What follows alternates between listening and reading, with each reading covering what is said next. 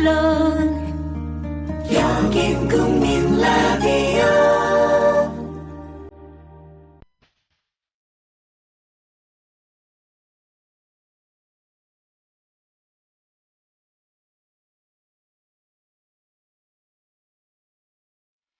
정치평론가 이강윤의 오늘.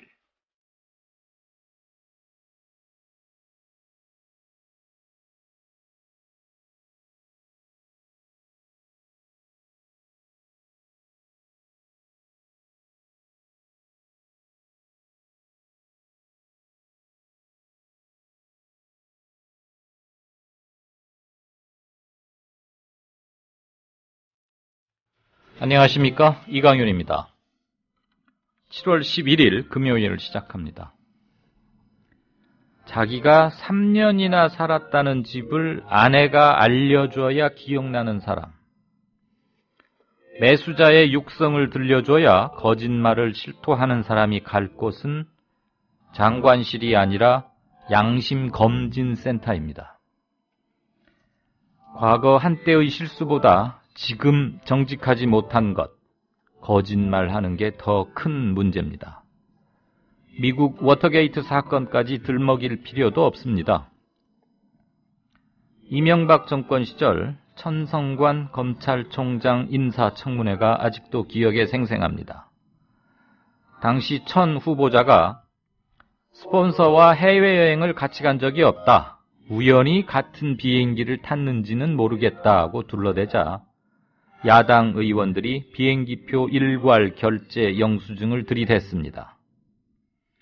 당시 이명박 대통령이 다른 건 몰라도 국민들 속이는 건 안 된다고 진노했다는 얘기가 퍼지자 천성관 후보자는 그제서야 사퇴했습니다. 이명박 대통령 진노설과 천성관 후보자 거짓말의 종말을 지금 청와대와 정성근 문화관광부 장관 후보자가 혹시라도 모를까봐 알려드립니다.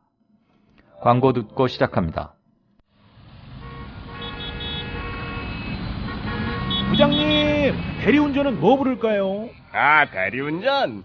블랙박스 주는 1800-6606 대리운전이 있지 않은가? 아, 20회 이용시 블랙박스를 주는 1800-6606 블랙박스 대리운전이요?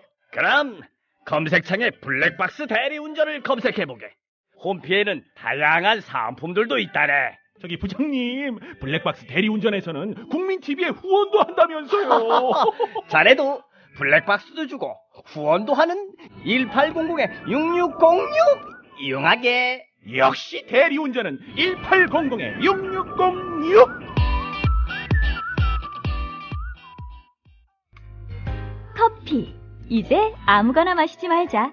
커피를 즐기는 사람들에게 질 좋은 한 잔의 커피는 하나의 권리입니다. 커피를 아는 전문가가 정성을 다한 로스팅으로 만든 제대로 된 커피. 제제 원두커피로 여러분의 권리를 누려보세요. 02-749-1002. 주소창에는 카페제제.co.kr, 그리고 검색창에는 카페제제를 검색하세요. 카페제제는 서울 용산구에 위치해 있습니다. 카페 제제는 카페가 아닙니다. 커피 전문 인터넷 쇼핑몰입니다. 헷갈리지 마세요.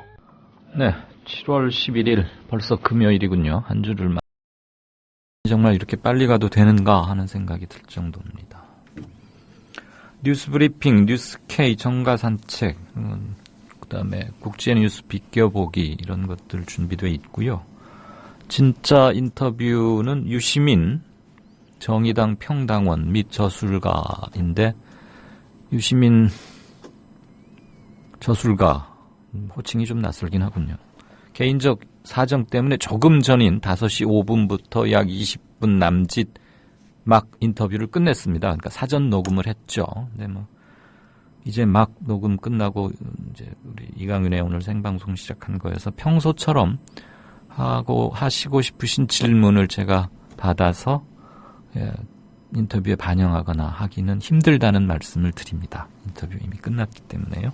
그 여타 부분에 관해서는 기탄 없이 말씀 주십시오. 자, 뉴스 브리핑 들어가겠습니다. 안은필 기자, 어서 오십시오. 예, 안녕하세요. 국가 개조, 세월호 이후로 계속 이 말이 나왔는데 이 말이 정말 옳은 것이냐, 누가 뭘 개조한다는 거냐 등등 말이 많아서 이제 이 단어 쓰지 않고 국가 혁신으로 바꾸겠다 이런 얘기죠. 예, 그렇습니다. 새정치민주연합 박영선 원내대표는 박근혜 대통령이 야당의 제안을 수용해서 국가 개조라는 표현을 국가 혁신으로 바꾸겠다고 밝혔다고 전했습니다. 박 원내대표는 어제 대통령을 만난 자리에서 국가 개조란 말이 일본 군국주의식 용어이고 권위적이라 국가 혁신으로 바꾸는 게 좋겠다고 제안했더니 대통령이 그렇게 하도록 하는 게 좋겠다고 답변했다고 말했습니다. 예, 저는 국가 개조가 아니고 정부를 개조해야 한다고 그렇게 힘주어 여러 차례 말했건만 저 같은 건 역시 아무리 말해도 안 되는군요. 김명수 교육부 장관 후보자, 그다음에 정성근 후보자, 그리고 정종섭 안전행정부 장관 후보자에 대해서 이 세 사람에 대해서 인사청문 경과 보고서 채택 안 됐죠? 예, 그렇습니다. 국회 교육문화체육관광위원회는 오늘 전체 회의를 열고 김 후보자와 정성근 후보자에 대한 인사청문 보고서 채택을 논의할 예정이었지만 여야의 입장차로 회의를 취소했습니다. 국회 안전행정위원회도 오늘 오후에 전체 회의를 열고 정종섭 후보자 청문 보고서를 채택하려 했지만 야당 의원들이 회의에 불참해 20여 분간 여당 의원들끼리 대책을 논의했을 뿐 보고서 채택은 불발됐습니다. 야당 간사인 정청래 의원은 위장 전입, 부동산 투기, 논문자기 표절, 탈세 의혹까지 빠진 것이 없고 특히 군 복무 중에 석박사 학위를 취득하고 시간 강사까지 한 것은 사실상의 탈영이라고 주장했습니다. 김 후보자와 정성근 후보자에 대한 인사청문 보고서 제출 시한은 오는 14일까지이고요. 다음 주 월요일이죠. 그리고 정종섭 후보자는 13일까지입니다. 네. 공천 파동의 역풍일까요? 또는 실망감일까요? 새정치민주연합 지지율이 좀 빠졌다고요? 예, 그렇습니다. 한국갤럽의 주간 정례조사 결과를 보면 상승세를 타던 새정치연합의 지지율이 지난주에서 3%포인트 떨어진 28%로 나타났습니다. 한국갤럽은 서울, 광주 등에서의 재보선 전략공천 파장이 반영된 것으로 보인다며 공천파동 역풍의 산물이라고 분석했습니다. 새누리당은 전주와 같은 41%, 정의당 4%, 통합진보당 3%를 기록했습니다. 박근혜 대통령의 지지율은 2달 만에 처음으로 3%포인트가 올라 43%로 집계됐습니다. 부정평가는 48%로 지난주와 동일했습니다. 이번 조사는 지난 8일부터 10일까지 전국 성인 1,012명을 대상으로 휴대전화 이미 걸기 방식, 전화조사원 인터뷰 방식으로 실시됐습니다. 표본 오차는 95% 신뢰 수준의 플러스 마이너스 3.1%포인트, 응답률은 15%입니다. 네, 세월호 국정조사 관련해서 감사원이 딱 하루 청와대를 조사하고 청와대에 면죄부를 줬다. 그 얼마 전에 감사원 중간 발표 때 청와대 얘기는 하나도 없었거든요. 예. 그런 주장이 제기됐군요. 예, 그렇습니다. 새정치연합 우원식 의원이 감사원이 제출한 자료를 분석한 결과 감사원이 세월호 참사와 관련해 지난 5월 29일 하루 동안 청와대 국가안보실과 대통령 비서실 등을 방문 조사한 뒤 관련법을 근거로 청와대를 재난 컨트롤 타워로 보기 곤란하다고 결론지었다. 이렇게 밝혔습니다. 우 의원은 이 같은 감사 결과에 대해서 감사원이 국가안보실과 비서실에 대한 현장 조사도 하지 않고 청와대에 면죄부를 줬다고 비판했습니다. 네. 세월호가 이제 침몰하고 있는데 그 해경 1, 2, 3정에서 출동해가지고 고무보트를 배에다 대고 선원들을 구출해냈죠.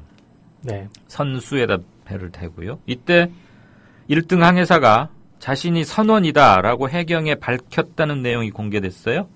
그런데 해경은 오늘도 뭐 그렇게 네. 말을 안 하고 있어요. 도대체 누구 말이 맞는 거예요? 예, 그렇습니다. 이 해경이 그 자신이 선원임을 밝혔다는 내용이 감사원 기관보고 이틀 전에 이게 공개가 됐는데요. 네. 부자현 새정치연합 의원이 그것과 관련해서 1등 항해사가 자신이 선원임을 밝혔다는 내용을 언급하면서 해경에 질문을 했습니다. 그러자 해경 관계자가 구조 당시에 선원이라는 사람은 없었다며 보고도 받지 않았다고 답변을 했습니다. 계속 모르겠다라고 답변을 하고 있는 건데요. 이에 대해서 감사원 김영호 사무총장은 매뉴얼에는 구조 시 선원부터 확인하도록 되어 있다며 무전기나 조타실에서 나온 점, 제복 등을 확인했을 때 매뉴얼을 지켰다면 당연히 확인했을 것이라고 밝혔습니다. 그러니까 어쨌거나 15명의 선원 중에 한 사람, 적어도 한 명 1등 항해사는 나는 선원이다라고 해경한테 얘기를 했다는 것이고 예. 해경은 나는 그렇게 들은 바가 없다 이 얘기죠. 네, 그렇습니다. 네. 여야가 세월호 특별법 통과시키기 위한 조속 입법 TF 태스크포스를 공동 구성했군요. 예, 여야는 세월호 특별법을 이번 임시국회 중에 통과시키기 위해 가칭 세월호 사건 조사와 보상에 관한 조속입법 태스크포스를 만들었다고 밝혔습니다. 새누리당 주호영 정책위 의장과 새정치민주연합 우윤근 정책위 의장은 오늘 국회에서 공동 기자회견을 열고 이같이 합의했다고 밝혔습니다.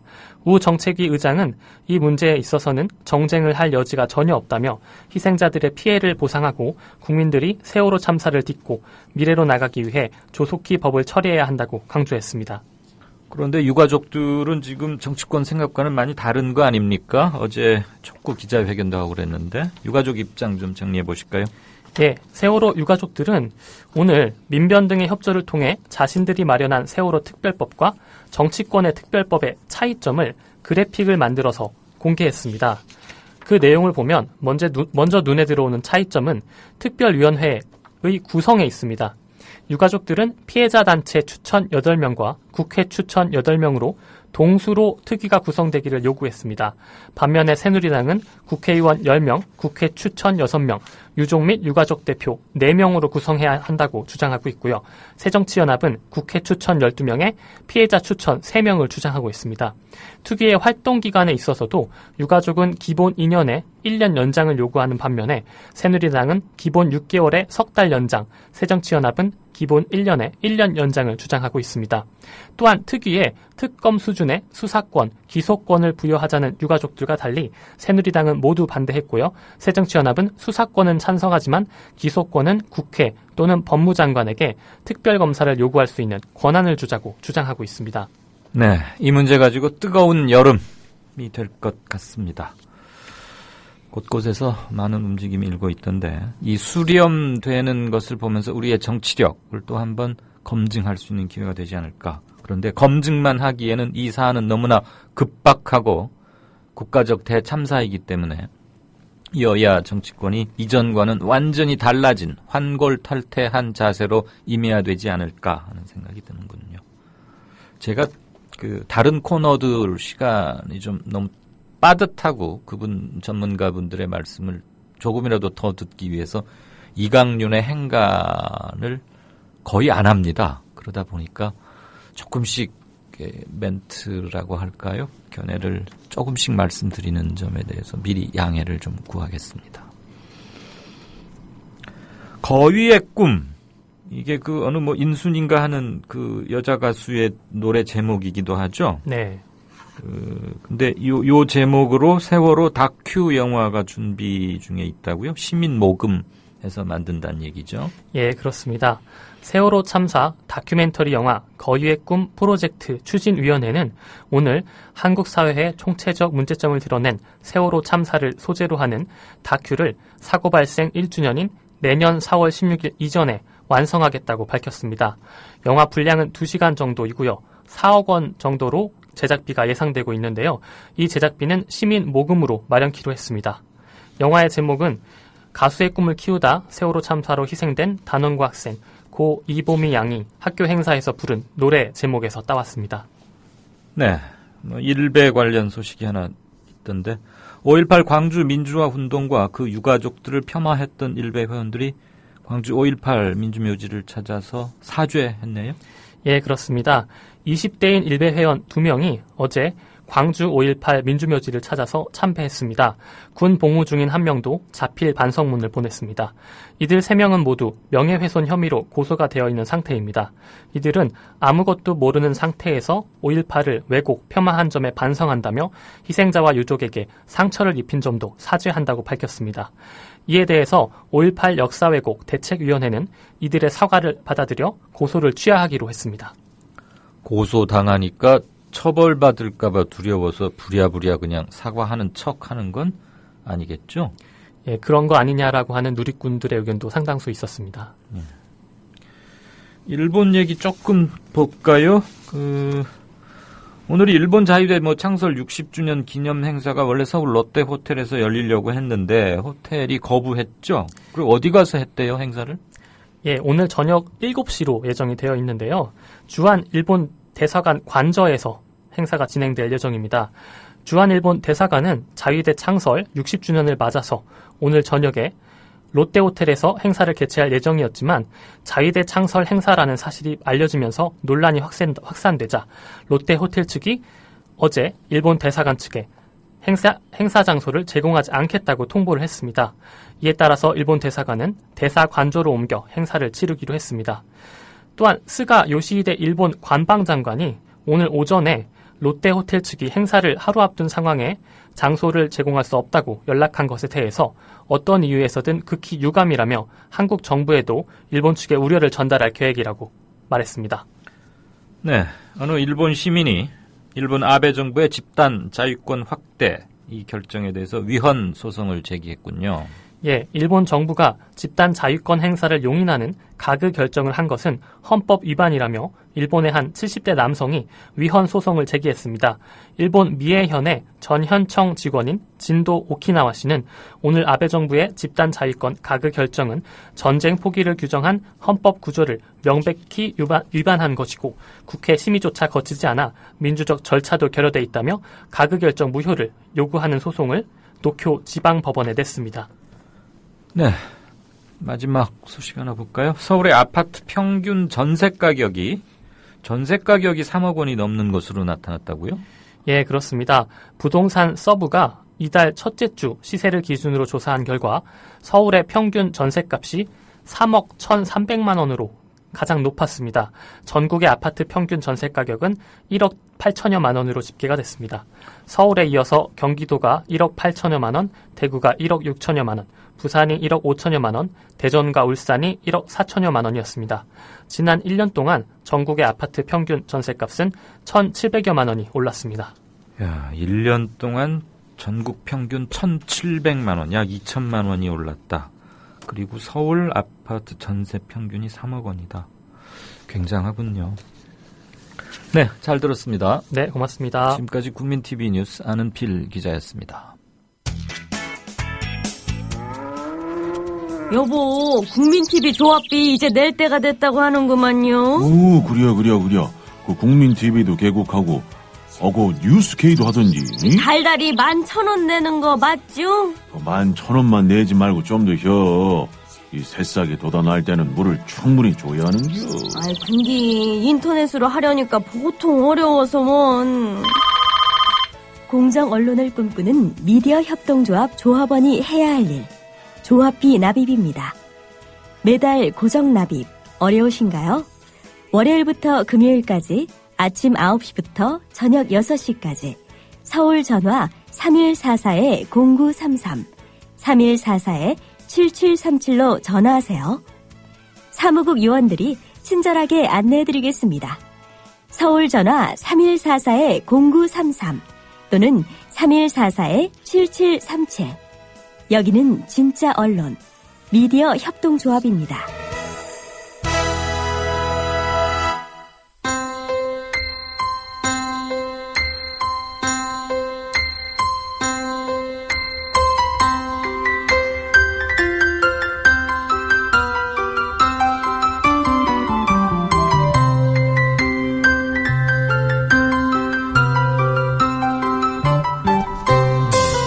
국민라디오 이강윤의 오늘 날씨 이야기입니다. 오늘도 폭염특보가 확대된 가운데 전국에서 한낮 기온이 30도를 넘는 무더위가 이어지고 있습니다. 낮 최고 기온이 서울 33도, 강릉 34도, 대구 35도 등으로 어제보다 조금 더 높은 기온을 나타냈습니다. 일사병이나 열사병에 걸리지 않도록 각별히 주의하셔야겠습니다. 낮 동안에는 전국적으로 자외선 지수도 높은 상태입니다. 피부 건강과 눈 건강에도 신경을 써주셔야겠습니다. 오늘은 맑은 날씨가 계속되겠지만 주말인 내일부터는 다시 장마전선의 영향을 받을 것으로 보입니다. 내일 늦은 밤에는 날씨가 흐려져 제주도와 전남 해안에 비가 내리겠습니다. 모레는 남부지방을 중심으로 장맛비가 내릴 전망입니다.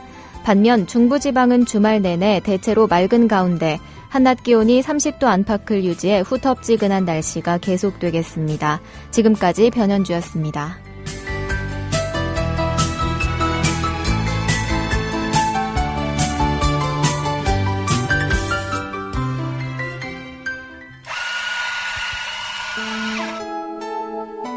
조합원을 위한 만남의 공간, 국민 카페를 아시나요? 질 좋은 원두로 만든 커피, 그리고 다채로운 음료는 기본이고요. 각종 공개 방송, 우리 사회의 건강한 지식인이 펼치는 따뜻한 특강이 펼쳐지고요. 그러나 저 목사님이 신도들 많고 믿으십시오 할 때라든가 정부의 논법은 믿음의 문제가 아니고 특히 이 안보는 하나의 수리이자 학이다. 즉 과학이라고 얘기를 했습니다. 특히 최재민, 김민기의 DD쇼가 열리고요. 지금은 굉장히 자유인 같은, 자유롭고 내가 한 시민으로서 내가 어떤 말이든 할 수 있는 사회가 됐으면 좋겠고. 서울 마포구 월드컵로 37 미디어 협동조합이 세운 카페 국민 카페로 여러분을 모십니다. 네, 미리 듣는 뉴스 K 지금 5시 51분 막 들어왔군요. 뉴스 K 황준호 팀장 나와 있습니까? 예, 안녕하십니까? 안녕하세요. 예. 오늘이죠. 앵커석에 앉는 거 오늘까지? 네, 오늘까지입니다. 네, 시원섭섭하시겠어요. 오늘은 김용민 PD하고 같이 예. 저희가 1부, 2부 명명을 하지는 않지만 어쨌든 1부와 2부로 나누어가지고 예. 오늘 나왔던 주요 뉴스들을 같이 다이제스트 해보는 그런 시간으로 꾸밀 예정입니다. 아하, 네. 아주 8박 오전 소위 1부 앞에 전반부에는 새정치민주연합의 공천 파문, 파동. 네. 거기에 따라서 오늘 여론조사가 2군데가 나왔더라고요. 좀 빠졌더라고, 갤럽 보니까요. 예, 갤럽 빠졌고, 한국일보 같은 경우, 한국일보에서 2군데 네. 여론조사를 해봤더니, 동작을에서는 나경원 후보가 이기는 걸로 나타났고, 네. 야권 단일화를 하더라도. 그러게요. 예. 오히려 야권 단일화를 하니까 다자 대결보다 나경원 후보 지지율이 더 높았습니다. 글쎄요, 단일화, 양자 대결의 경우에. 네, 어제 우리 한국일보 양정대 기자가 예. 미리 자사의 여론조사 결과를 미리 브리핑을 한번 해줬어요. 예. 좀 이상하죠. 단일화가 됐는데도 그렇게 나오는데 지금은 선거 초반이고 예. 선거 전 본격 들어가면은 진영별 후보별 수렴 효과는 반드시 언제나 나타나게 되어 있으니까 예. 격차가 어느 속도로 어느 강도로 누구에게 몰리느냐 아마 이것일 것 같고요. 지금은 그냥 하나의 참고 자료 일단 봐야겠죠. 그렇습니다. 게다가 이거 보니까 유선전화 이미결구 방식을 해서 응답률도 굉장히 낮았습니다. 동작을 같은 경우는 9.1%. 그렇다군요. 순참 곡성은 17.8%. 네. 어쨌든 공천 파동에 여파가 있다는 거는 알려주는 정도의 자료가 아닐까 싶고요. 예. 그리고 갤럽 같은 경우를 보니까 특징이 딱 2가지인데 박근혜 대통령 직무수행 평가에서 긍정 평가가 3% 늘었다는 거. 예. 이거는 시진핑 방한 효과라고 해석되고 있고요. 네. 그다음에 반면에 3%가 줄은 곳은 새정치민주연합의 정당 지지율이었습니다. 네. 공천 예, 공천 파동인 것 같고 그런 것들이 수치로 나타났고 그리고 역시 오늘도 새정치민주연합은 권은희 전 수서경찰서 수사과장의 공천에 대한 융단 본격 파상 공세를 이어가고 있는데요. 주로 보니까 어제도 그렇고 조혜진 의원이 지금 선봉에 나서는 것 같습니다. 그래서 표현이라든지 논리 이런 것들을 적극적으로 제기하는 것 같습니다. 네. 조혜진 의원도 아마 언론사에 좀 있었죠. 예. 네. 언론사에도 있었고 오랫동안 내용은 있는 의원이라는 하던데 어쨌든 그러면서 특검을 해야 된다라는 특이한 주장을 했습니다. 이 권은희 과장을 공천주는 이 과정에서 뭐가 있었는지 특검을 해야 된다라는 주장을 했는데 그동안 국정원 댓글 사건에 대한 특검을 하자고 했는데 그거는 무조건 거부해왔다가 권은희 과장 공천에 대한 특검을 하자 나서는 게 앞뒤가 안 맞는 것 같은데요. 권은희 과장 특검하는 거 좋습니다. 좋은데요. 하기 전에 우선 그 국정원 댓글 사건 특검부터 하면 어떨까 하는 생각이 들었습니다. 대단히 독창적이고 독특하고 창의적인 정치적 상상력을 갖고 있는 사람인데 예. 뭐 특검 하죠. 뭐 하자 그러면. 예. 그 대신 국정원 댓글 사건 특검 먼저 해야 된다.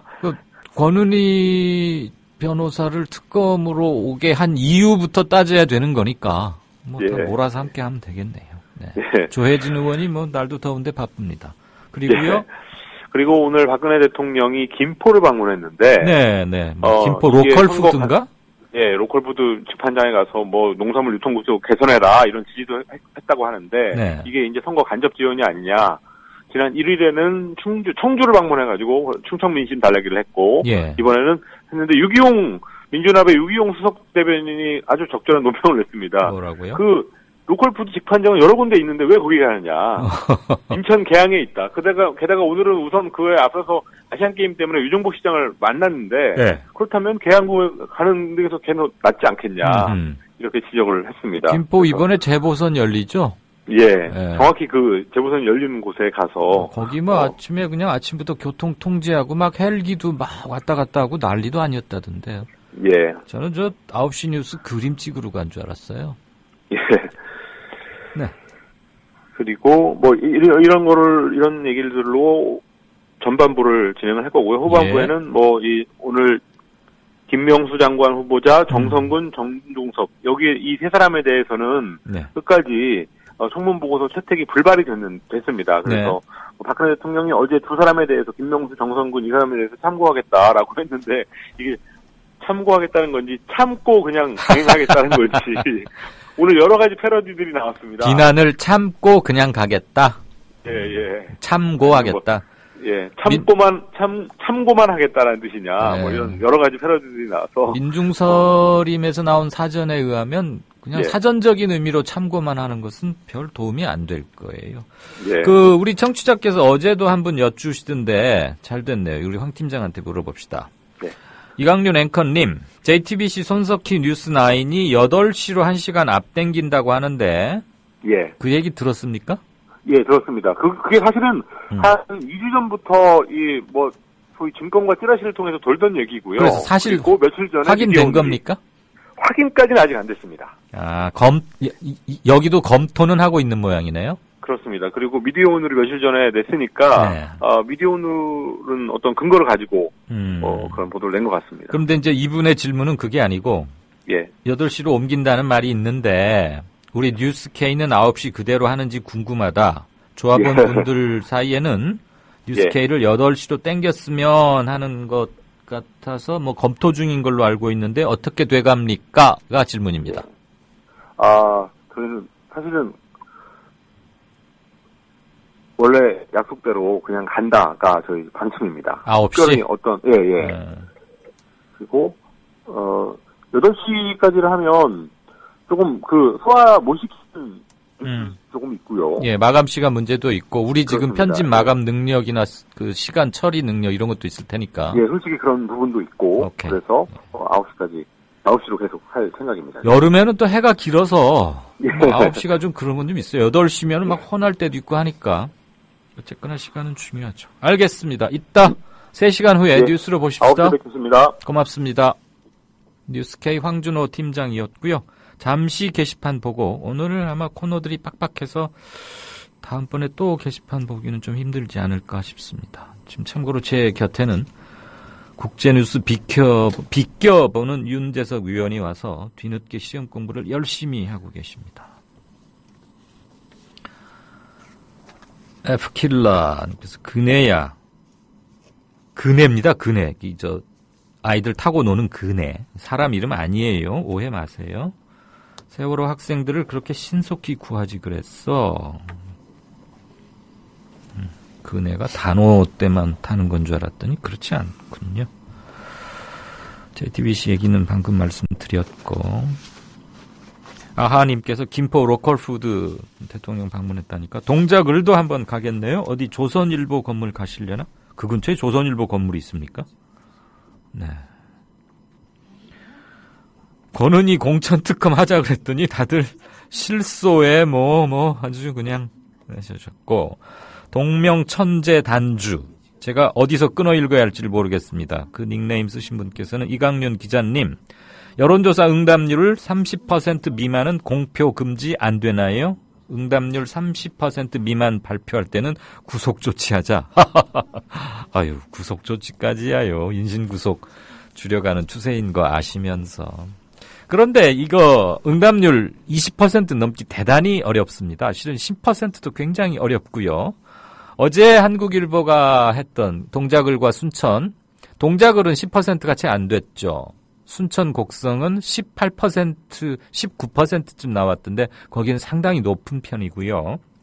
그래서 몇 퍼센트 미만은 공표 금지. 이거는 물론 여론조사의 정확성을 기한다는 차원에서 그리고 여론조사가 갖고 있는 민심에 미치는 파급력이나 영향력을 고려할 때 좀 더 과학적이고 세밀하게 여론조사 및 샘플링 및 여론조사 그리고 여론조사의 발표와 해석 이런 생산 및 유통 과정을 좀 더 잘 정확하고 잘 만져야 한다, 다뤄야 한다는 것은 저도 찬성이고요. 이런 것은 논의하면 못할 바 없는 거죠. 그런데 몇 퍼센트 이상이어야 응답률이 몇 퍼센트 이상이어야 정합성과 객관성과 과학성, 의미 이런 것을 확보할 수 있겠느냐는 이제 여론조사에 참여하는 전문가들이 한번 얘기를 해줘야 할 사안이고 많은 보완 장치가 필요할 것 같습니다. 그런데 적어도 지금 이 말씀을 하시게 된 그 백그라운드는 저도 충분히 동감합니다.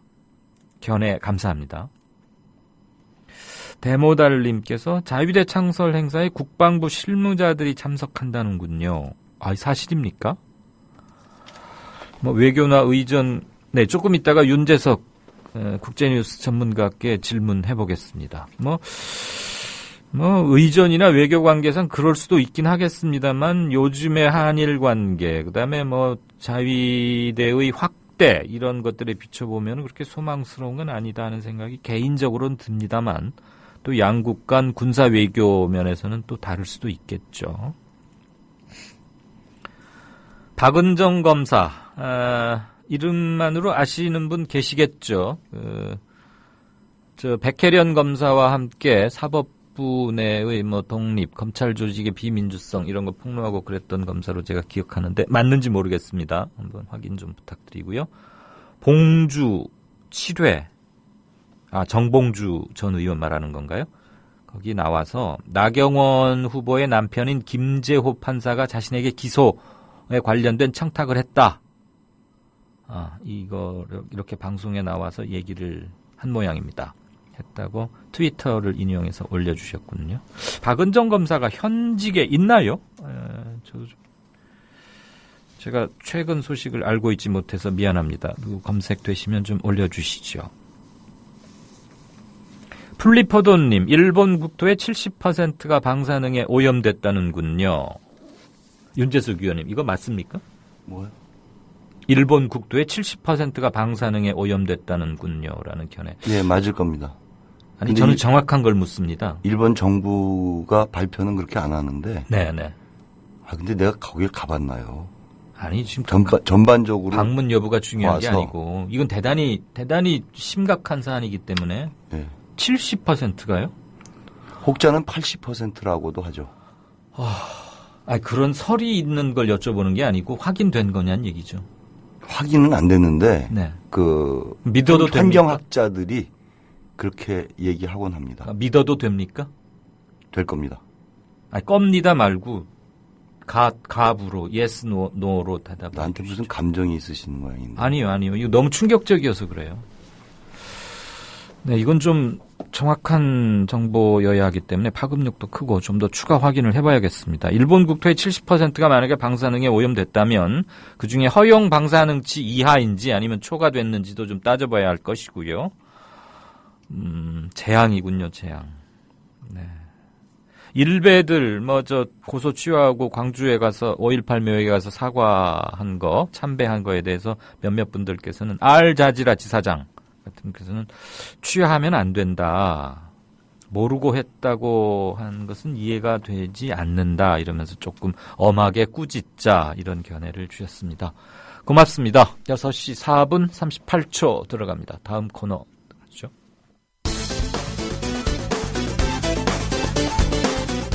헌서 공직 후보자인 본인은 양심에 따라서 숨김과 보탬이 없이 사실 그대로 말할 것을 맹세합니다.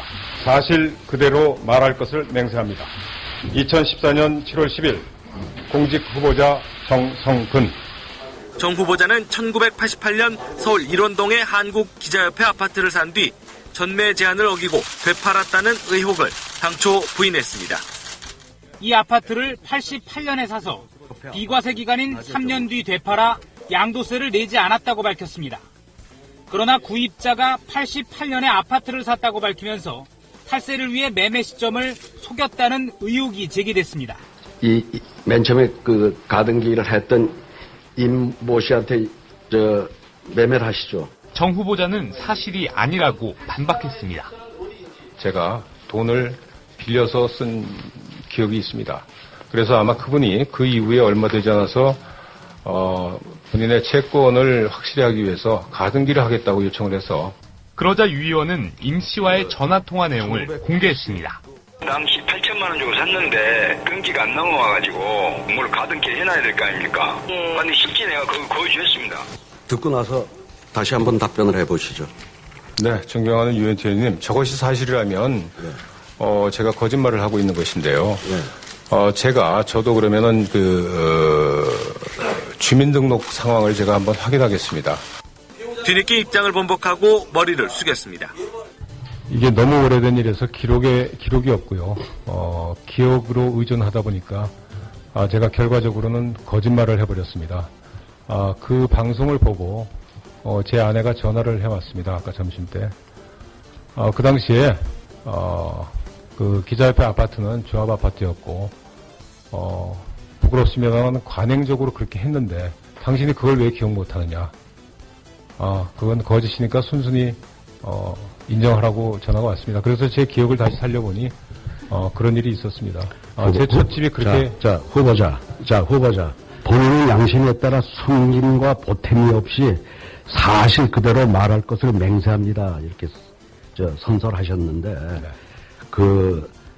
이 선설 해놓으시고 지금 이렇게 자꾸 위증을 하고 거짓을 하면 어떻게 되시는지 잘 아실 거 아니에요.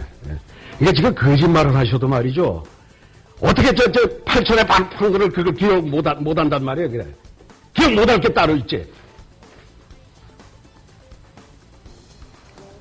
바로 샀다가 판 거 갖다가 그걸 기억 못하고 두 번씩이나 서면 답변 오늘 오전까지 이 자리에서 중도금이 모자라서 아는 지인한테 빌려서 했다.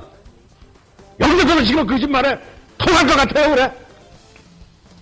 그거 말고도 전부 거짓말이야, 나머지도. 한편 어젯밤 JTBC 뉴스9에서 박영선 새정치연합 원내대표 그리고 청문위원들 전원에 따르면 이 문제 말고도 또 다른 문제가 있다고 제가 듣고 있습니다. 그건 아직 청문회에서 나온 얘기가 아닌가 보죠? 아직은 아마 안 나왔을 겁니다. 예. 네. 근데 그건 또 개인의 개인적인 문제일 수도 있기 때문에 네. 프라이버시 그래서 더 문제도 이상 있기 때문에. 제가 말씀 안 드리겠습니다. 예. 네. 네. 정성근 후보자는 과거 SBS에서 앵커로 활약한 바 있는데 진행했던 프로그램 나이트라인의 클로징 멘트 3편을 들어보자면 재보선 후 폭풍으로 여야 모두 쇄신을 택했습니다. 쇄신의 사전적 의미는 나쁜 폐단이나 묵은 것을 버리고 새롭게 하는 겁니다. 나쁜 것, 묵은 것 모두 다 아는 일인데 나쁜 것, 묵은 것 모두 다 아는 일인데 꼭 국민의 뜻이 있어야 이렇게 야단 법석입니다. 검사에서 변호사로 대통령 당선자의 참모로 또 감사원 감사위원으로 이 사람의 중년은 뿌듯하고 빛나고 엔돌핀이 솟구쳤을 겁니다. 지적 능력과 도덕성은 대개 같이 가는 것으로 믿고 싶은데 실망하는 경우가 더 많습니다. 지적 능력과 도덕성은 대개 같이 가는 것으로 믿고 싶은데 실망하는 경우가 더 많습니다. 눈 크게 뜨고 검찰 수사를 지켜볼 뿐입니다. 금감원 모 국장은 부산저축은행에서 5년 동안 매달 300만 원씩을 받았습니다. 이른바 끝발 있는 직장에서 월급 받고 뒤가 구린 것에서 또 월급 받았습니다. 죄의식은 없었을까? 그저 잘 먹고 잘 살았을까? 정말 궁금합니다. 죄의식은 없었을까? 그저 잘 먹고 잘 살았을까? 정말 궁금합니다.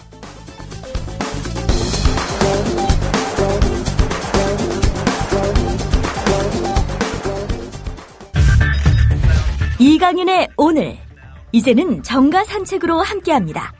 정치권 동향, 생생하게 풀어드릴 분은요. 네, 한글구호 양정대 기자 안녕하세요. 네, 안녕하세요. 정성근 문화부 장관 후보자. 예. 그 대통령께서 참고하겠다고 그랬잖아요. 네네. 그 참고에 정성근 후보자도 들어갈 것 같아요?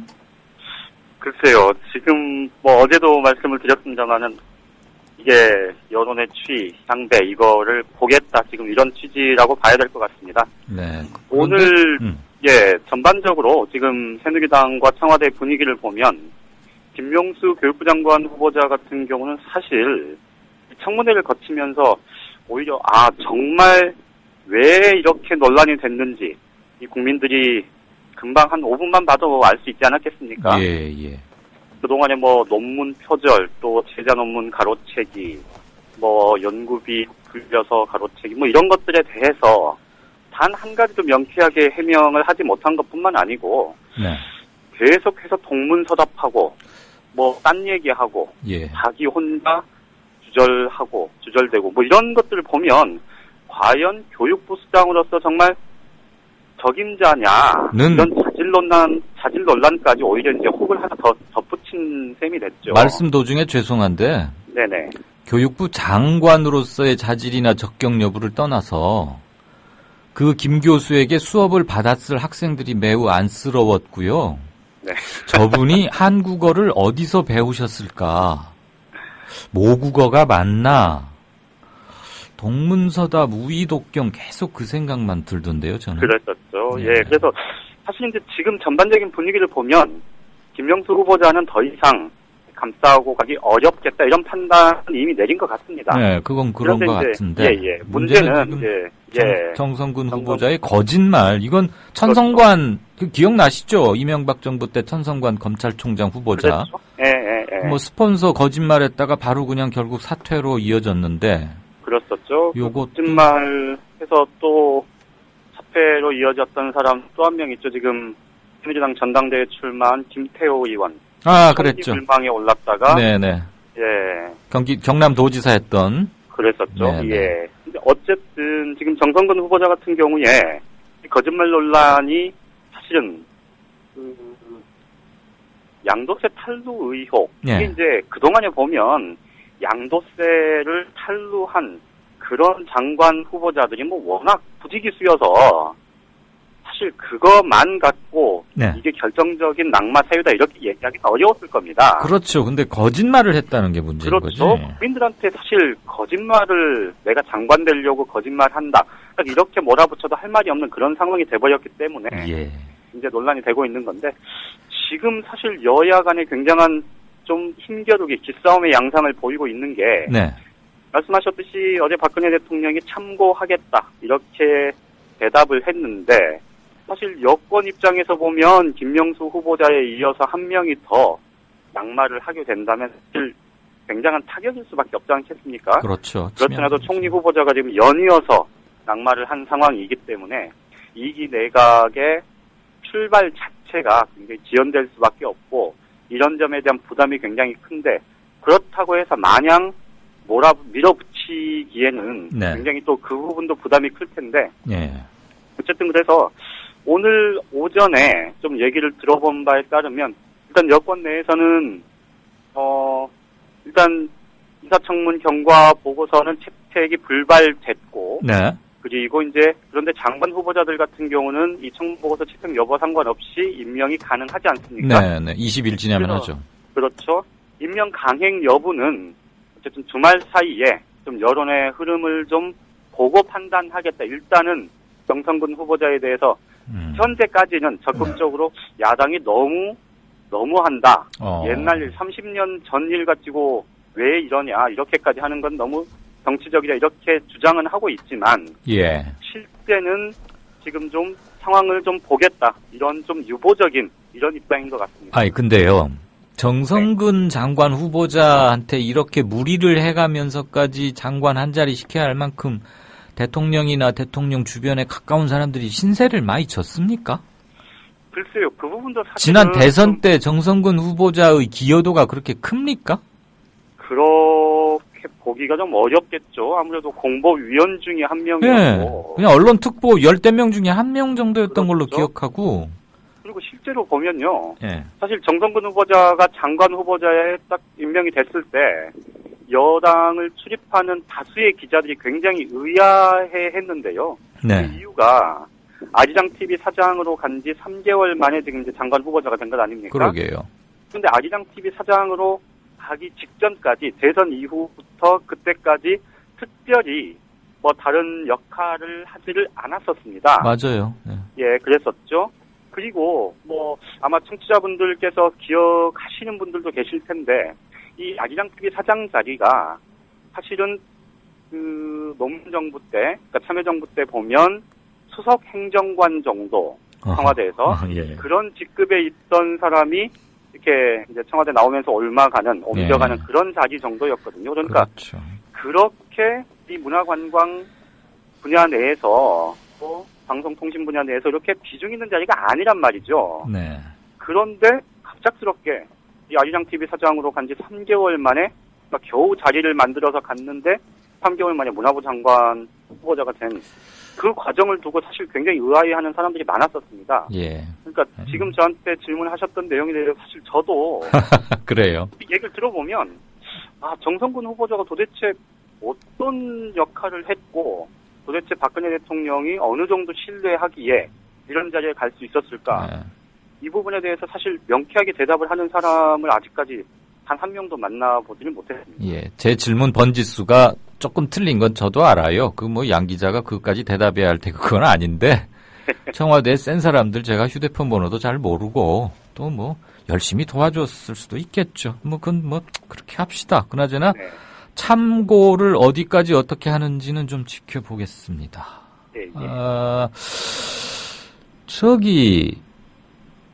대통령께서 오늘 아침에 김포 로컬푸드인가?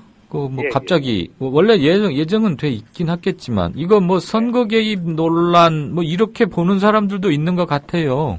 지금 야당에서는 오늘 김포에 대통령이 간 걸 두고 굉장히 좀 문제를 심각하게 제기를 하고 나섰는데요. 이게 이제 김포 지역이 이번 730 재보궐선거에서 이 경기 남부를 제외하고는 수원 중심 수원과 평택 이외에는 지금 경기 중북부권에서는 유일하게 지금 김포 하나 있지 않습니까?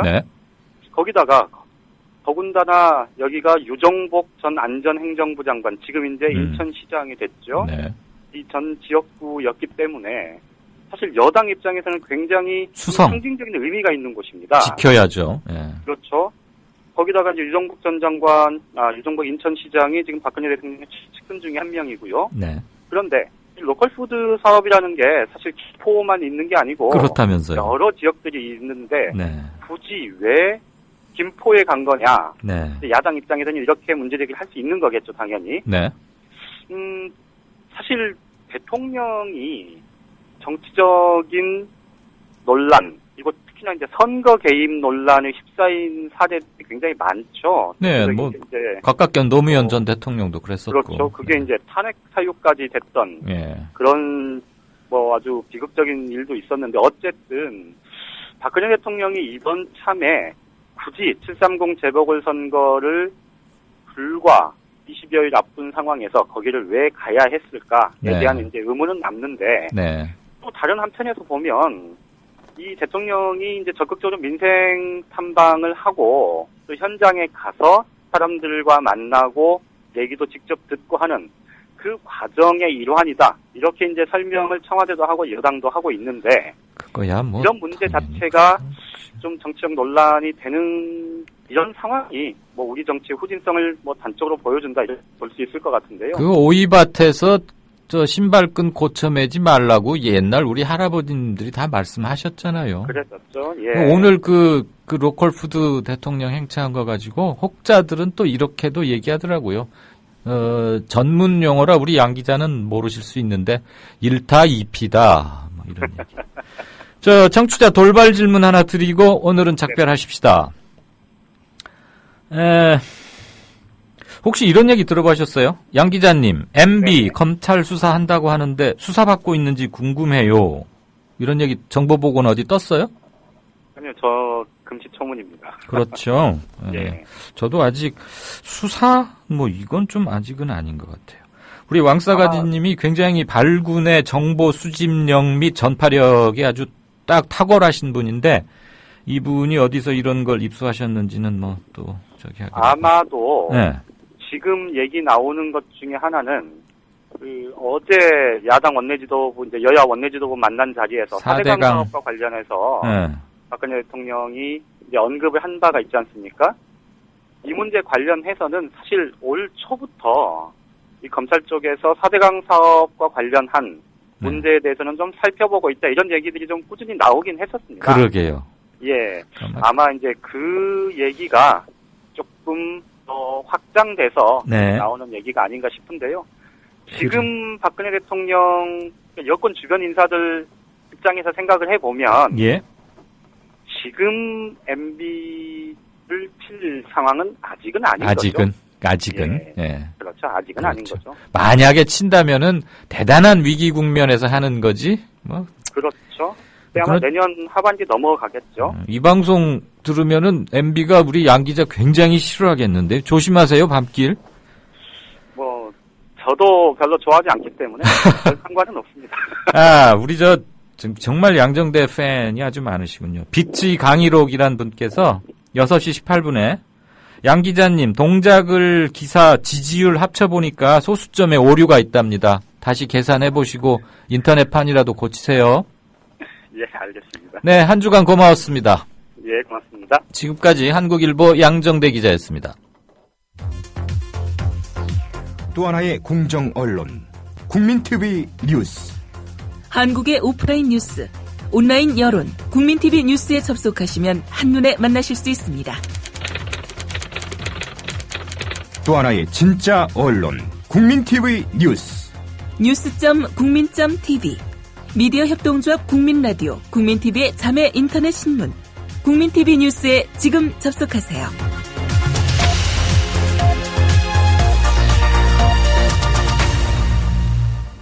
네, 여러분이 기다리시는 윤재석의 국제뉴스 비껴보기. 윤재석 의원님 안녕하십니까? 네, 안녕하십니까. 항상 이렇게 미리 와서 제작진들을 안심하게 하고 장문의 이런 질의응답 자료도 준비해 오시고 자신이 없으니까 열정과 정성에 다시 한번 존경을 표합니다. 그러시기가 참 쉽지 않으신데 60이 넘었지만 나이는 숫자에 불과하다를 몸으로 입증하고 계시는 후배로서만은 귀감으로 삼고 있습니다. 잠깐요. 돌직구다님께서 오이나무가 아니고 오얏나무 아래서 갓근 고쳐매지 말라 이러셨는데 고속담도 있고요. 오이밭에서 신발끈 고쳐매지 말라라는 얘기도 있습니다. 네. 제가 발음이 안 좋았나요? 오이밭 이렇게 말씀드린 것 같은데 돌직구여가지고 제가 굉장히 아파서 말씀드렸습니다. 자, 국제뉴스 들어가죠. 미국이 또 사고를 쳤다고요? 그것도 맹방인 독일을 상대로요? 이게 뭐 사고 칠 일이 뭐가 있었습니까? 하여튼 앙겔라 메르켈 총리 엄청나게 화가 났습니다. 왜죠? 독일 정부가 오늘 새벽 자국 내에서 미국의 첩보 행위가 잇따라 드러난 것과 관련해서 베를린 주재 미 CIA 최고 책임자 그러니까 독일 지부장이죠. 이 사람을 전격적으로 추방하기로 조치를 했습니다. 이거 굉장한 일이죠. 예. 보시죠. 이 독일이 나토 북대서양 조약기구 내에서 최고 맹방인 미국, 그 미국의 CIA 지부장을 쫓아낸다.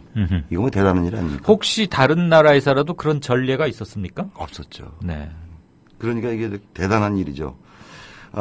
슈테펜 자이베르트 독일 정부 대변인이죠. 이 사람이 성명을 냈습니다. 물론 추방 대상자의 이름이나 직위, 소속은 언급하지 않았습니다마는 이렇게 얘기했습니다. 주독 미국 대사관의 베를린 역장, 독일어로 얘기하면 바너프 오프만. 네. 이것도 독일에서 듣고 계신 분들이 지적할 수도 있는데 큰일 났네. 에게 독일을 떠나라. 이렇게 얘기했습니다. 네, 역장이라뇨. 그 무슨 뜻이에요? 역장. 이제 비하하는 말입니까? 아니, 은유적인 표현인데 네. CIA 지부장이라고 얘기할 수는 없으니까 아하. 외교적으로라도 이 특정 국가에서 파견돼서 신분을 위장하고 임무를 수행하는 CIA 비밀 요원 가운데 최고 책임자를 지칭하는 표현이죠. 네. 그런 겁니다. 듣고 보니까 메르켈 총리, 저 후덕하니 정치 잘한다고 인기 높은 그 아주머니 말씀하시는 그렇죠. 거죠? 그 물리학 박사죠. 아, 그래요? 분기탱천 할만하네요. 그렇습니다. 그래서 오늘 그 베를린 방문한 유리 얀케 몰도바 총리하고 공동 기자회견을 가지면서 거기서 또 한마디 합니다. 네. 충분한 사실적 근거를 확보하면 우리가 해야 할 일을 결정할 것이다. 굉장히 강경한 어조죠. 이거는 오바마에 대한 그 어떤 그 경고 아니겠습니까? 네. 또 이렇게 얘기합니다. 독미 두 나라가 정보기관의 역할에 대해 대단히 다르게 접근하고 있다. 미 국가안보국 NSA 도청 파문이 작년에 불거진 이래 주장했던 것처럼 자기가 주장했던 것처럼 네네. 동맹국 사이에는 무엇보다도 확고한 믿음이 필요하지 않냐. 이것도 아주 굉장히 아프죠. 그리고 또 이렇게 얘기합니다. 동맹국을 상대로 한 스파이 행위는 쓸데없는 에너지 낭비다. 우리는 많은 문제를 안고 있기 때문에 중요한 일에 중점을 둬야 한다. 시리아 사태와 테러 대책 등을 우선에 다뤄야 하고 동맹국 간 신뢰를 강화해야 한다. 굉장히 아프죠. 그래도 상당히 이성적으로 분노를 표현하고 있군요. 이공학도니까. 예. 뉴스와 관련 없는 얘기는 조금 자제해 주셨으면 좋겠어요. 아니, 관련 있죠. 메르켈이 이공학도니까 굉장히 절제를 한다 이거죠. 저도 이공학도 출신이거든요. 미 CIA가 도청한 외국 국가 주요 원수가 메르켈만 있는 거 아니죠? 아니죠. 우리도 했죠. 당연하죠. 다 했죠, 여러 네, 나라. 네. 근데 지금 독일의 반응이 가장 격렬합니까? 그게 아니라 이거는 굉장히 심각한 수준이기 때문에 그리고 그야말로 유럽에서 가장 맹방이기 때문에 그러니까 분기탱천을 하지 않을 수 없죠. 우리는 이런 거 상상하기 힘들겠죠. 이렇게 추방 이런 거. 어떻게 그런 얘기를 합니까? 아니, 국제문제 전문가시니까. 아니, 우리가 가불관계가 딱 형성돼 있는데. 탁견을 여쭤본 거예요. 미국은 지금 뭐라고 그러고 있어요? 독일이 막 이렇게 세게 나오니까? 거의 또 선문답이죠. 우선 이 백악관이 직접 논평은 회피하고요. 미독 양국 간 정보 공조는 불가결한 요소다. 케이틀린 헤이든 백악관 NSC 대변인이 얘기했는데 정보기관 관련 사안에 대해서는 논평하지 않는다. 어쨌든 미국과 독일 간의 안보와 정보 관계는 매우 중요한 일로 그게 독일인과 미국인의 안전을 지켜준다. 이게 이해가 잘 안 가요. 선문답 정말 이해가 안 가고. 우리가 아는 오바마 대통령은 정직하고 진보적이고 약자의 편에 서고. 그렇죠. 정의를 지키려고. 그런데 왜 오바마 정권 하에서 이런 일이 계속되고 막 이럽니까? 그러면 제가 반문을 해보죠. 정치평론가한테. 노무현 정권 시절에. 노무현의 어떤 가치관이나 노무현의 노선이 제대로 반영이 됐습니까? 답이 되겠습니까? 논란의 소지가 많은데. 그렇게 저는 답하겠습니다. 예.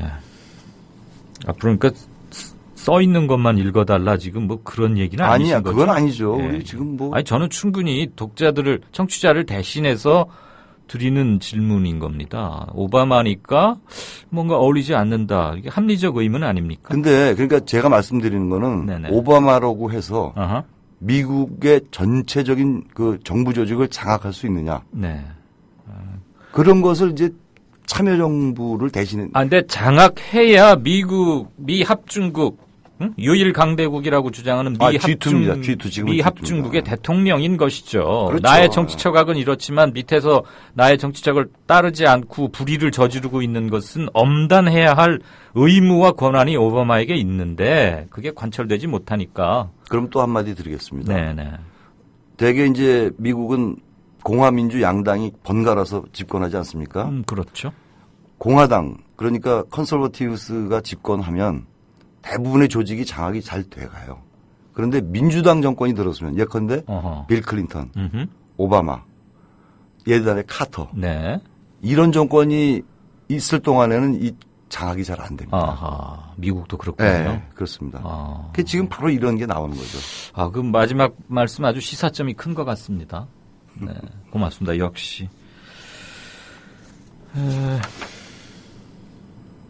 이번 스파이 독일 지부장 그 CIA 독일 지부장 스파이 행위 적발 말고도 미국과 연관된 이중 스파이 활동이 또 뭐 드러난 게 있다면서요? 그렇죠. 독일 연방 검찰이 지난주에 독일 연방 정보국인데 이게 이제 BND입니다. 뭐 영어로 읽는 바보 같은 사람도 있지만 이 직원을 이중 스파이 혐의로 체포를 해서 지금 조사 중인데 이 용의자는 2년 전부터 최근까지 218건의 기밀 문서를 미 CIA에 넘기고 그 대가로 우리 돈 3,400만 원에 해당하는 금품을 받은 혐의를 받고 있습니다. 네. 이거 창피한 일이죠. 뭐 돈도 생각보다 적네요. 적죠. 그러니까 저렴한 가격에 매수가 가능한 그런 스파이죠. 근데 이제 그것 외에 이 국방부에서 근무했던 직원 한 명도 또 이번 사안과 연관된 것으로 보고 이제 조사에 착수했는데 이 사람은 이제 좀 더 저렴하겠죠. 알겠습니다. 어쨌거나 미국과 독일의 이 팽팽한 거 그냥 간단히 끝날 사안 같지는 않아요. 팽팽한 게 아니라 지금 미국이 핀치에 몰렸죠. 추방까지 해버렸으니까. 근데 미국은 대유럽 관계 외교 정책에서 독일의 지원이나 동의 없이는 뭐 하기 굉장히 좀 힘든 국면 아닙니까? 그렇죠. 모든 면에서. 독일이 만약에 발을 뺀다. 고개를 돌린다. 그러면 굉장히 갑갑해지죠. 오바마의 사후 조치가 아무래도 주목될 수밖에 없군요. 전화 걸 겁니다, 아마. 전화 걸어서. 예. 그럼 나중에 다음 오실 때는 통화 결과 좀 갖고 오셔서 설명 좀 부탁드리고요. 지금 저희가 유시민 전 장관하고의 인터뷰가 좀 길었기 때문에 아마 윤 위원님과 더 길게는 못 있을 것 같은데 이스라엘 팔레스타인 이거 뭐 여전히 중요한 톱 뉴스 아닙니까? 엊그제 전해주셨던 이후 상황 좀 집약해서 부탁드립니다. 예, 지난 며칠 동안 우선 희생자부터 보는 게 우리가 예의 아니겠습니까? 그래서 팔레스타인 가자 지구에 대한 이스라엘의 500차례의 공습이 있었습니다.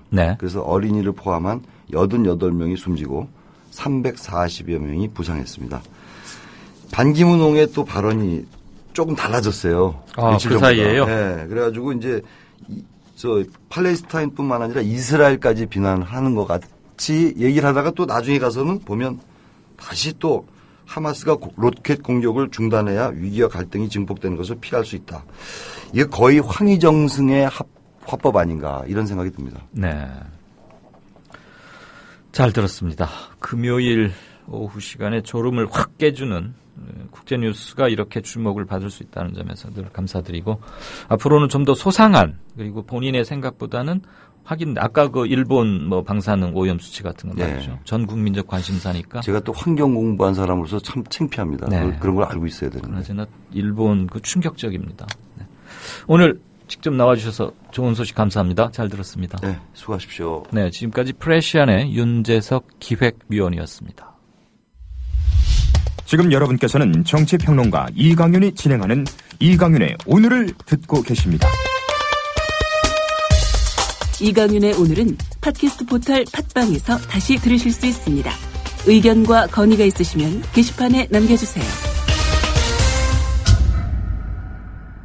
네, 이강윤의 오늘 진짜 인터뷰. 오늘은 호오가 가장 분명한 정치인이었자 또 영원한 논객으로 통하죠. 유시민 정의당 당원을 모셨습니다. 안녕하십니까, 유시민 전 장관님. 안녕하세요. 하필 정의당 당원으로 거기를. 안 그래도 여쭤보려고 했는데요. 제가 인터뷰를 한 20분 조금 넘게 할 것 같은데 인터뷰 동안 호칭을 뭐라고 해드리는 게 마음에 들으실지요? 그냥 유 선생이라고 불러주시면 고맙겠습니다.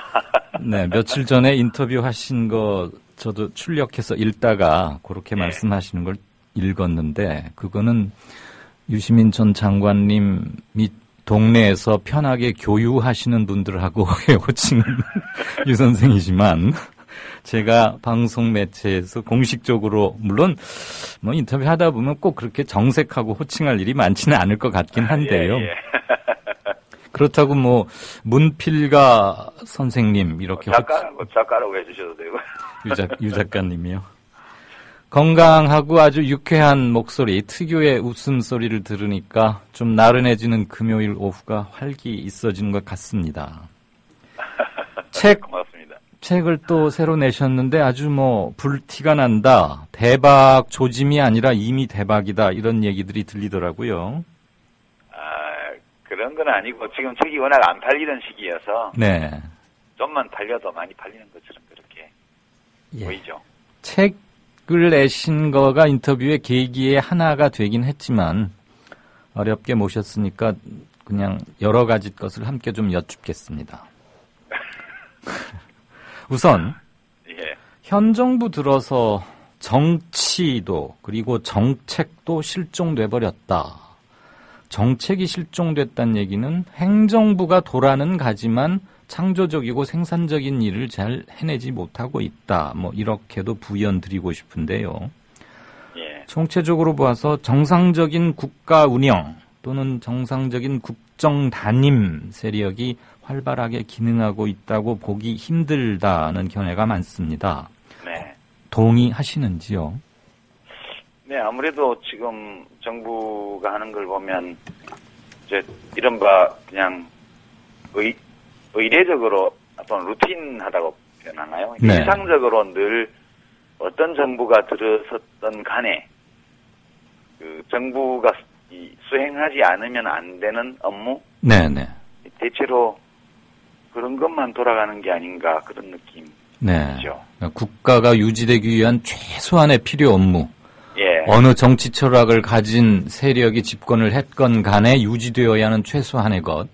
마치 인간으로 치자면 생존 현상을 유지하는 데 드는 뭐 요런 것들만 작동하고 있다라는 말씀으로 듣겠습니다. 이제 숨 쉬고 밥 먹고 잠자고 그런 거요. 그렇죠. 우리는 그것을 생활이라고 하진 않잖아요. 그건 생존이죠. 예, 그렇죠. 우리는 생활을 하고 싶고 그것도 복되고 인간답게 서로 잘 생활하고 싶은 것 아니겠습니까? 그러면 정상적인 국가 운영 상태는 아닌 것 같은데 국정에도 참여하셨고요. 국무위원으로서. 그리고 아주 전투적이고 파란만장한 정치 인생을 한 10여 년 겪어 오셨습니다. 보시기에 가장 먼저 고쳐야 할 첫 번째 사항은 뭐로 꼽고 싶으십니까? 지금 정부가요? 네. 아니, 뭐, 첫 번째, 두 번째 따질 게 아니고. 네. 원래 가장 중요한 것. 국민들한테 하겠다고 이야기한 거 있잖아요. 공약. 네. 예. 뭐 다 할 수 없겠지만, 그래도 이제 지금 1년 반이 가까우니까 그렇게 얘기했던 것 중에 뭘 했고, 뭘 전혀 안 했고, 뭘 지금 하고 있는지를 좀 점검을 하고. 네. 남은 3년 반 동안 이거만큼은 더 해야 되겠다. 이런 걸 점검을 해서 그냥 생존에 해당하는 정부 행정행위 말고 그거를 좀 하는 거. 그게 제일 큰 일이죠, 지금. 네. 생존에서 생활로 이제 한 단계 올라서야 하는데 그러기 위해서는 자기가 정권 획득 과정에서 국민에게 약속했던 것들에 대해서 탈탈 털어서 한번 정리를 해서 이거는 뭐 어떻게 해서 폐기도 했고 많이 수정도 했고 했는데 어쨌거나 남은 기간 동안 무엇은 해보겠다라는 것을 면밀히 계산해 본 끝에 공손하게 말씀드리는 것 이게 필요하다 이 말씀이시죠. 그게 돼야 이걸 하기 위해서 이 부처는 이 사람을 장관으로 쓰고 뭐 저 기관은 이 사람을 뭐 기관장으로 쓰고 뭐 이렇게 국회에는 이런 법을 내고 이걸 하겠다는 얘기를 할 수 있지 않습니까? 지금 그게 없기 때문에 개각에서 사람을 쓰는 것도 뭐 그 사람이 도덕적인 어떤 과거의 잘못이 있을 수도 있고 법적인 문제가 있을 수도 있지만 일단 그 사람을 왜 썼는지를 그래야 설명을 할 수가 있을 것 같아요. 근데 지금 이제 뭘 하겠다는 게 없기 때문에 사람을 지금 기용을 장관들을 8명을 했는데 왜 그 사람을 썼는지를 전혀 이해하기 어려운 상황에 와 있지 않습니까? 네. 뭐 하자가 있더라도 이 일을 하기 위해서 이 사람은 꼭 필요하니까 뭐 야당에서 비판을 하고 국민들 중에 비판 여론이 있어도 저는 이 일을 꼭 해내기 위해서 대통령으로서 이 사람을 장관에 써야 되겠다. 네. 이렇게 밀고 나가야 맞는 거죠. 밀고 나가기 전에 없었어. 예. 밀고 나가기 전에 최소한의 설명이라도 좀 들었으면 좋겠는데. 그렇죠. 왜 이 사람을 발탁했는지 설명이라도 해야죠. 그 앞으로 3년 반 동안 뭘 하겠다도 중요한데 우선 그 전에 지난 1년 반 동안 어질러져 있었고 아직 정리되지 못한 일들이 있지 않습니까? 일테면 대선 과정에서의 국가기관에 의한 국기문란, 선거 그런 것까지 바라는 건 과한 것 같아요. 불가능하다, 과하다. 예, 그런 것까지 요구한다면 네. 그거는 실현되기도 어렵고. 네. 또 다시 시간만 낭비된다 이 말씀이시죠? 예, 그 지금 뭐 이리저리 돌아가고 있는데 예. 제대로 이렇게 밝혀지거나 해결되거나 이런 거 없이 가고 있지 않습니까? 네. 근데 워낙 지금 이제 민생이 어렵고 예. 이제 국가 경제 환경 사정도 지금 힘들고 또 서민들 삶도 어렵고 이런 마당이어서 네. 원칙적으로 말하면 그런 걸 다 말씀하신 것처럼 해야 되는데 지금 대통령과 정부에 그것까지 요구하기에는 이제 앞으로 꼭 정부가 해야만 할 일 그것이 더 급한 것 같아요. 네, 무슨 말씀인지 이해는 하겠습니다. 그런데 아무리 급하다고 바늘 그 귀에다가 바늘 뭐에다가 실 매서 쓸 수는 없는 거잖아요. 네, 바늘 허리에 실을 맬 수는 없죠. 눈이 어둡고 침침하고 잘 안 들어가더라도 바늘 귀에 정확히 실을 넣어야 바느질이 되는데. 아니요, 그 말씀이 옳은데. 네네. 막 허리에라도 메고 바느질 좀 해라 이런 심정이에요 지금. 심정이 그러시다. 예. 그러면 뭐 대선 과정에 순정하지 못했던 부분에 대한 반성이나 정리 이거는 좀 너무 멀다고 치면 세월호 이전과 이후는 모든 게 달라져야 한다고들 다들 믿고 있고 분노하고 생각하고 있으니까. 네. 세월호 이후 이제 석 달 되어가는 거 아닙니까? 네. 그거에 대한 그 기간에 대한 정리라도 있어야 하는데 지금 그것도 제대로 안 되고 있다. 그것도 그러면서 어떻게 앞으로 3년 반을 얘기할까? 그게 진정성을 획득할 수 있을까? 이런 생각이 저는 조금 드네요. 아니, 그게 합리적인 말씀이시죠. 네. 근데 지금 우리가 그 합리주의나 상식에 비추어서 요구하기에는 네. 지금 정부가 너무 그래서 그 놀자리 보고 발 뻗고 그렇게 해야 된다는 속담이 있지 않습니까? 네, 그러니까 너무 많은 것을 그리고 원칙에 입각해서 너무 많은 것을 요구하지는 말자. 그렇다고 보면은 그 요구해야 되는데. 네네네. 참 요구해야 될 대상의 상태를 우리가 어느 정도 감안하지 않으면 안 되니까 지금 국민 노릇하기가 좀 힘든 상황이에요. 말씀 듣고 보니까 이해는 가는데 한편으로 굉장히 씁쓸합니다. 조금 뜬금없다고 들리실지도 모를 질문 하나 드리겠습니다. 네. 권력구조나 정부 형태 개편, 이건 뭐 한국에서 정치를 했거나 정치를 하고자 하는 사람, 정치에 관심 있는 사람이라면 다들 피해가기 어려운 문제일 텐데요. 평소에도 예전에도 이런 거에 대해서 피력하신 것을 제가 기억 좀 하고요. 개헌론에 대한 입장은 어떠신지요? 그거야 뭐 저는 이제 지금 5년 단임제라는 건 1987년의 특수한 조건에서 여야 합의로 된 거니까 네. 이제는 대통령 중심제를 할 거면 네. 이제 4년 중임제로 개헌을 하고 네.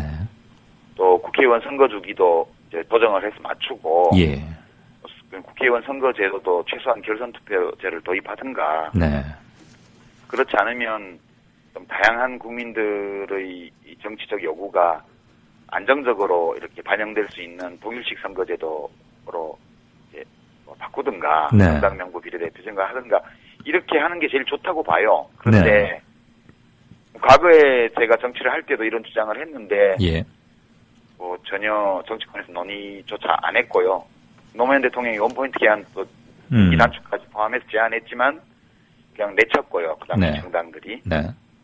그리고 이제 현재 국회를 지배하고 있는 두 정당이 선거제도를 개편하는 것은 겉으로야 이런저런 말을 하지만 내심 자기 밥그릇이 좀 줄어들까봐 변동이 생기니까 거거든요. 네. 예, 그래서 얘기해본들 소용이 없다 그런 판단을 하고 있죠. 필요한데. 예.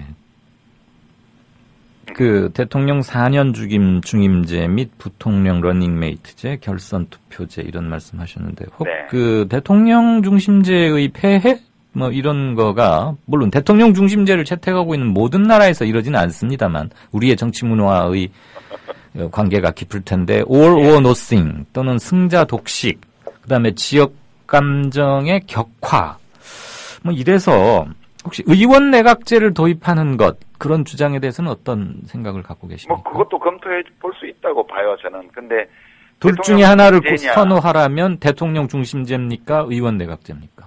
저는 대통령 중심제가 낫다고 봐요. 그런데 네. 이제 왜냐하면 이게 우리한테 매우 익숙한 제도고 예. 또 역사적으로 볼 때 국민들이 투쟁으로 쟁취한 제도잖아요. 그렇죠. 그래서 이거를 바꾼다는 건 쉬운 일이 아니에요. 그래서 뭐 장단점이 다 있지만 이제 내각제도 또 문제점이 있는 거고 하니까 예. 뭐 국민들 의견이 싹 모아진다면 내각제도 저는 개인적으로 나쁘지 않다 이렇게 보는데 네. 현실적으로 좀 어려울 거라고 보고 이제 정부 통령제에 4년 중임제 이렇게 이제 하고 네. 국회의원 선거 주기를 2년 맞추는 거. 으로 맞추고 2년 이렇게 차이가 나게 중간 선거를 하게 맞추고 예. 그리고 이제 결선 투표제를 최소한 도입하든가 아니면 이제 정당 명부식 비례대표제로 이제 국회를 해서 이게 대통령 중심제와 내각제 요소를 좀 절충한 형식이거든요. 이렇게 되면. 네. 그래서 정당 명부제 같은 것은 분명히 절충의 소지가 있네요. 예, 일반적으로 내각제 국가에서 하는 거니까요. 예. 그렇게 해주면 좋은데 문제는 힘을 가진 측에서 추진할 의사가 없다는 것이고 몸집 큰 그렇죠. 야당도 이것에 확실히 발벗고 매달릴 의사도 능력도 없어 보인다. 뭐 이런 거 아니겠어요? 아니요. 의사는 능력이 없어 보이는 정도가 아니고 네. 그 새누리당은 지금 제도가 자기들에게 최선이라고 확신하고 있고 네네. 야당 말씀입니다. 예, 민주당 제1야당인 새정치연합의 의원들도 사실은 이 제도를 제일 좋아해요. 현재요. 기득권을 지키는데 확실하게 도움이 되기 때문에. 현재의 제도 말씀이죠. 그러니까 뭐 의석의 90% 이상을 두 당이 과점하고 있는 상황인데 네네. 뭐라고 얘기를 한들 이게 바뀌겠습니까? 저는 그렇게 생각해서 아예 얘기를 안 하죠. 그래서. 예. 지금 말씀 듣다 보니까 지금의 체제가 87년 6월 항쟁 승리의 소산이고 물론 좀 그 뒤로 한 세대가 흐르긴 흘렀지만 어쨌거나 대단한 역사성과 상징성을 획득하고 있으니까 의원 내각제로의 급격한 변환보다는 대통령 중심제의 얼개와 성격을 많이 바꾸는 쪽으로 가는 게 아마 국민들이 받아들이긴 좋을 것 같다. 이런 말씀도 일부 들어 있었는데. 그나마 그게 제일 이제 좀 충격이 덜한 제도 개선인데 그나마 입법권을 쥐고 있는 국회가 기득권 집단에 의해서 완전 장악돼 있기 때문에 뭐 이거는 거의 어렵다고 봐야죠. 요 얘기를 하다 보니까 87년 뭐 민중항쟁 이 얘기 하다 보니까 82, 3년경에 뭐 호헌철폐, 개헌쟁취 이런 그 시위 구호 그게 좀 갑자기 생각이 났습니다. 그게 이제 6월항쟁 때 구호죠. 그렇죠. 호헌철폐, 독재 타도. 네네. 6월항쟁을 그러니까 의 도화선이 되었던 불을 당긴 그런 집약된 구호였었죠. 야당 관련해서 한 말씀 더 견해를 여쭙고자 합니다. 아까 괜히 뭐 호칭 문제 가지고 시간 끌었군요. 부를 일이 하나도 없네요.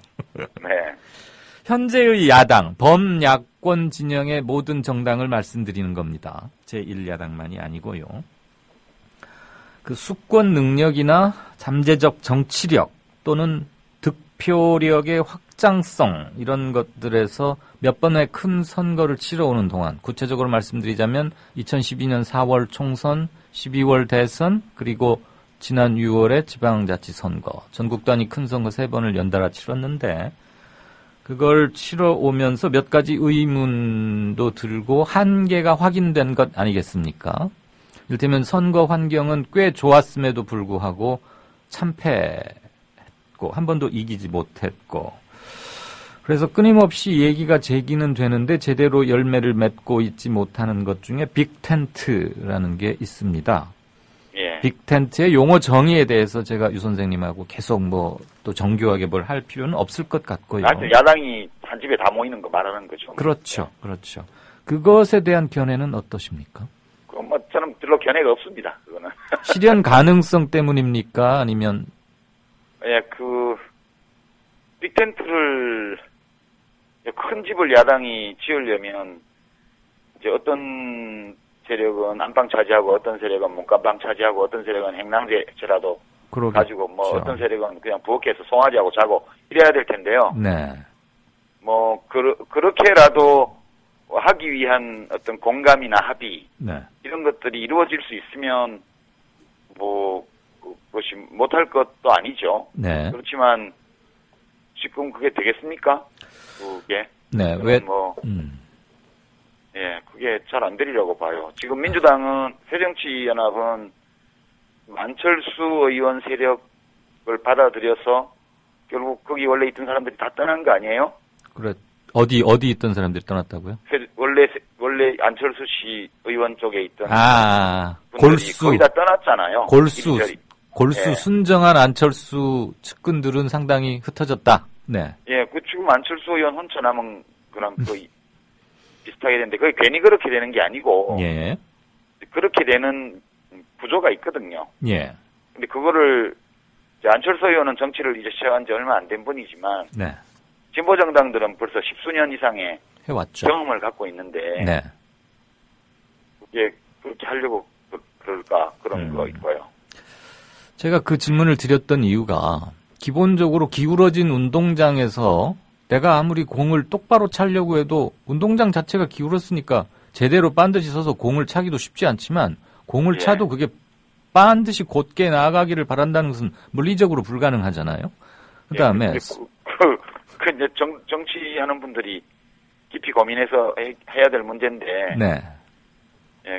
그래서 뭐 저는 개인적으로 이제 기울어진 운동장에서 공 차다가 네.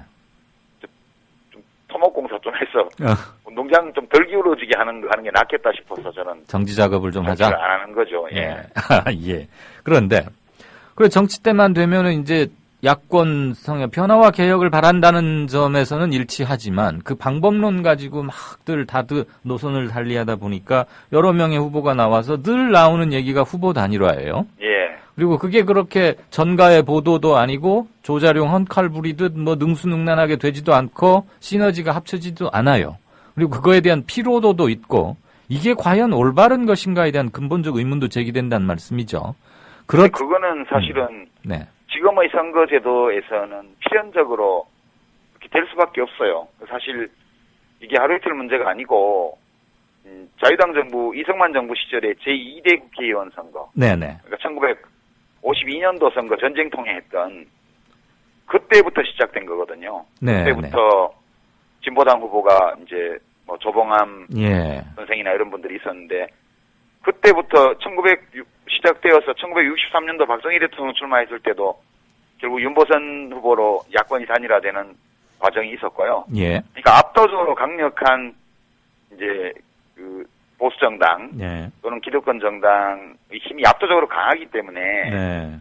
나머지 정당들이 하나로 힘을 합치지 않으면 선거를 근원적으로 이길 수가 없어요. 그렇죠. 그 구조는 정부 수립 이후 지금까지 지속되어 온 거고. 예. 그래서 야권이 뭐 환경이 좋아도 선거에 이기지 못했다 그런 평가는 저는 좀 부당하다. 야권이 환경이 좋았던 적이 없어요. 그러니까 예. 상대적으로 좀 낫다. 네, 그래서 이런 때는 많이 있었지만. 그래서 저는 아예 큰 기와집을 하나 차려서 빅텐트를 하나 쳐서 거기에서 통일되게 논의를 하고 선거에 임하는 게 어떻겠느냐라는 희망 섞인 질문을 그게 이제 미국식으로 가는 건데. 네네. 미국도 그게 지금은 그렇게 돼 있지만 그렇게 되는데 몇백 년이 걸렸거든요. 예. 미국도 그 20세기 전반기까지만 해도 예. 뭐 공산당도 있었고 사회당도 있었고요. 예전에는. 그랬죠. 그래서 헨리 조지 같은 분이 이제 뉴욕시장으로 출마를 2번씩이나 하기도 했고. 예. 우리 다 아는 헬렌 켈러라는 그런 훌륭한 분이 네. 그 사회당 당원으로서 열심히 캠페인도 하고 그렇게 진통을 100여 년 넘게 하던 끝에 지금 정치체제로 수렴되고 정리가 되어 왔다. 20세기 후반기 들어오면서 AFL-CIO라는 우리나라로 치면 이제 민주노총하고 한국노총을 합친 것 같은 그런 이제 노동단체가 민주당하고 결합하면서 오늘의 민주당이 된 거거든요. 빅텐트가 이루어진 거죠. 우리 경우는 글쎄요. 지금 우리 민주화 이후에 한 27년, 8년 지났는데 알겠습니다. 더 겪어야 아마 되지 않을까요? 충분히 전달은 받았습니다. 중요한 질문, 무거운 질문 하나, 그 다음에 아주 짤막한 질문 하나 하고 끝을 내겠습니다. 조금 답변을 압축적으로 부탁드립니다. 동작을 선거는 이번 730 재보선에서 15곳 중에 한 곳 이상의 의미를 갖는다고 보입니다. 향후 진영 간 패권을 놓고 벌이는 한판 예비 승부라고도 볼 수 있는데 어떻게 생각하십니까? 아니요, 저는 그렇게 안 보고요. 그냥 보궐선거예요. 그래요? 15분의 1에 불과하다?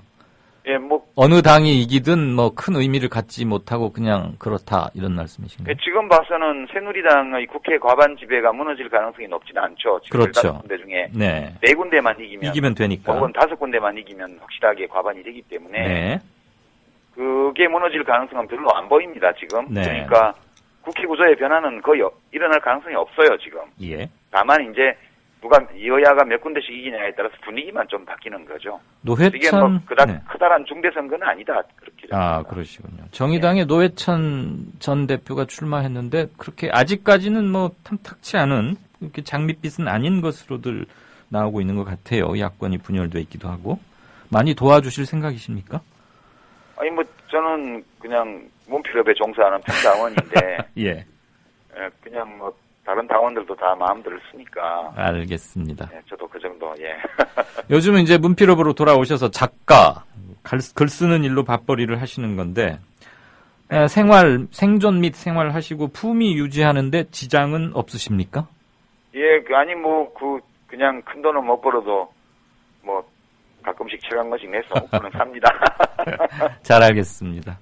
앞으로 좋은 컬럼과 책 이런 것들로 계속 만나고자 합니다. 오늘 말씀 감사합니다. 네, 고맙습니다. 지금까지 진보당 평당원이자 문필가인 유시민 전 보건복지부 장관과 인터뷰를 나눴습니다. 한 주 인사드리겠습니다. 어느 집안도 그렇고 단체나 회사도 크게 다르지 않을 터인데 잘 굴러가느냐 그렇지 않느냐를 살피는 기준 중에 알아야 할 소식을 다들 제때 알고 있느냐, 즉 정보 공유 상태도 중요한 잣대입니다.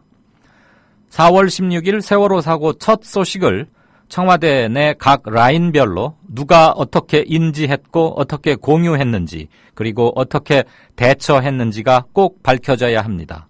적폐를 해소한다면서 각 행정부처만 닥달해댈 일은 아닙니다.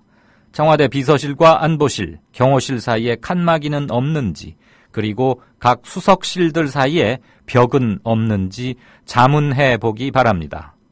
구중궁궐이어서일까요? 왕 비서실장님이라는 분이 7시간이나 대통령 얼굴을 못 봤다는 것에 대해서 다들 궁금해하고 있습니다.